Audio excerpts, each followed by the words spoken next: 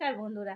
তো কাল থেকে এখানে প্রচুর বৃষ্টি হচ্ছে। তো নতুন করে আবার যে নিম্নচাপ হয়েছে, এই কিছুদিন ধরেই তো এত নিম্নচাপ বন্যার জন্য মানুষের জীবনযাত্রাটাই পাল্টে গেছিল। কিন্তু ভেবেছিলাম যে সবকিছু আস্তে, আস্তে ঠিক হয়ে যাচ্ছে। কিন্তু না, আবার নতুন করে মানে জল ছেড়েছে আজকে ডিভিসিআর এ। তো আবার নতুন করে বন্যার আশঙ্কা তো হয়েই আছে। তো যার কারণে আমার শাশুড়ি মা সকালবেলায় খবর পেয়েছে বলে বলছে, "এক কাজ করো, আলমারি থেকে যত জামাকাপড় আছে সব খালি করে ওপর ঘরে দিয়ে চলে আসো।"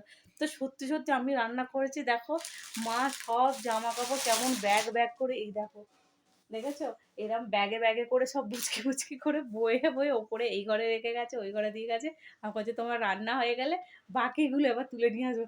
মানে চিন্তা এসে গেছে, যদি বাঁধ ভেঙে যায় আবার নতুন করে যেহেতু জল ছেড়েছে, তাহলে মানে জামাকাপড় তো নষ্ট হবে। খাবার-দাবার গুলো উপরে তোলা দেয়া যাবে তাড়াতাড়ি করে। কিন্তু এত জামাকাপড় তো নিয়ে যাও না। কি জানি কি হবে আবার।